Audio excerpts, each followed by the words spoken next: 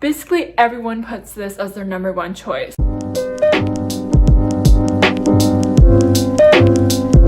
Hi everyone, welcome to another video. My name is Emily, and in this video I'm going to be talking about everything you need to know about residences at Western, tips on how to find a good residence, which residences to avoid, and I'm going to start with the best residence on campus, Ontario Hall. Maybe I'm being a little bit subjective because I lived there my first year, but basically, everyone puts this as their number one choice. Now, why is it so popular? One of the main reasons is its privacy. Basically, you live in a hybrid style of living, which means that you live with roommates, but it's kind of like each set of roommates have their own washroom. So it's like a hotel room. Instead of the traditional route or the traditional rooms where the whole floor shares one washroom. Another great thing about OHAL is that we call it OHAL for short. It's known as one of the best cafeterias on residence. The cafeteria is so big and there's like so many food options. There's a smoothie bar, there's a hot food bar, there's a snack bar,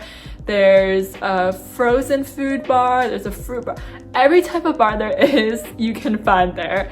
So you won't get hungry. And another great thing is that it closes at 11 p.m, which is great if you have late night classes compared to some other residences, I can't say that word, which close at around 7 p.m. And finally, it's the newest residence on campus, so it's super modern and it's just super nice looking. It doesn't look like a residence, it looks like a hotel. So most of the rooms in OHAL are hybrid style, which means that you live with a roommate like across from you, and there's like a wall, but it's super small and you can still see the other person across through the wall and everything through the wall. There can be a lack of privacy, but at the same time, living with your suite mate 24/7 means that you really get to know them well, you develop a close bond, so that's great for long-lasting friendships. Hey, whatever you need me to do, I'm your man. Hey.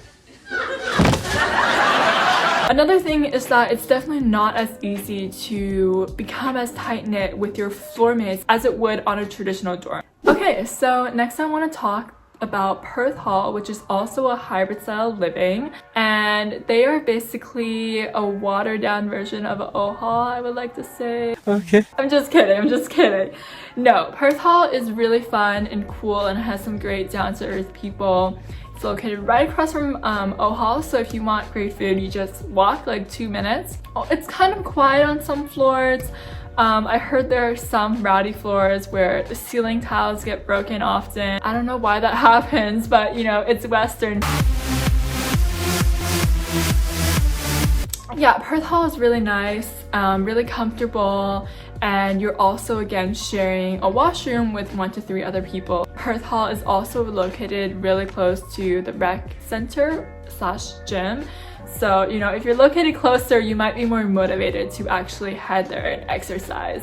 And I'm pretty sure it's a little bit cheaper than OHAL, but again, it depends on the style, and make sure to check out that document linked down below to find full details on prices. Okay, so next I want to talk about Elgin Hall, which is basically one of the suite style residences. So a great thing about this is that you have your own kitchen. Great if you love cooking, not so worth it if you don't really like cooking. And it's also basically suite style. It means that you have your own individual rooms and you have a living room and like a kitchen area, so it's kind of like an apartment style living. But from my friends who have lived at Elgin, they said that it can be hard to get to become close with your suite mates because you're not really forced to talk, you're just put in your own separate rooms.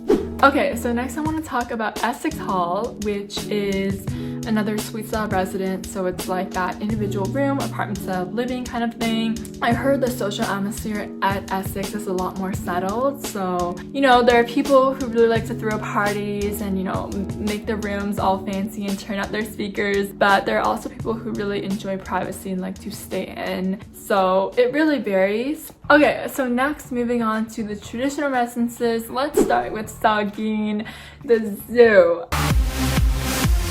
So it's definitely a party residence and it's all around a really great fun spot.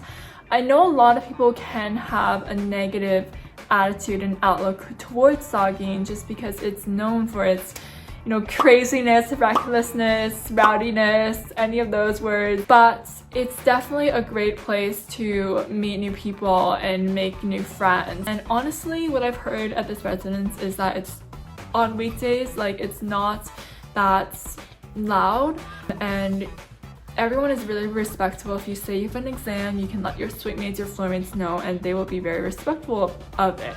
Okay, so next I want to talk about Medsid, and Medsid is definitely known for being a party residence and having the best parties on campus. I heard the food is just like okay, but it has a beautiful courtyard. The courtyard is so pretty. It also has a beautiful exterior. They also have a lot of floor names and personalities associated with each floor, so that's really, really cool. In terms of cons, it's just like the typical things associated with traditional residences, such as disgusting washrooms at times where the people are not respectful and don't clean up after themselves.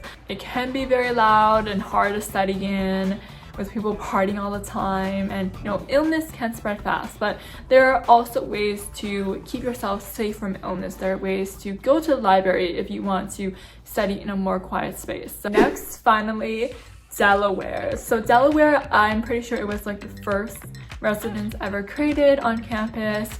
When I think of Delaware, I think of homey vibes. I don't know why, that's just the vibe I get from it, but it's not really famous or infamous for anything. But one great thing about Delaware is that it's located kind of dead center on campus, so it's really easy to get anywhere from the super popular mall nearby called Maitland Mall to the Ivy building. It also has some super popular music rooms, so if you're a musician, then definitely consider staying here. Okay, so I covered all the residences and hopefully you learned a lot. And now with that said, I just want to give a little tip on off-campus housing, which is also really important for second, third, and fourth year. For off-campus housing, you should start to look into this as early as October. I know this seems really early, but trust me, the good ones go really fast. So it's definitely possible to find somewhere if you start looking in March, but you might not get a place that's as nice or as close or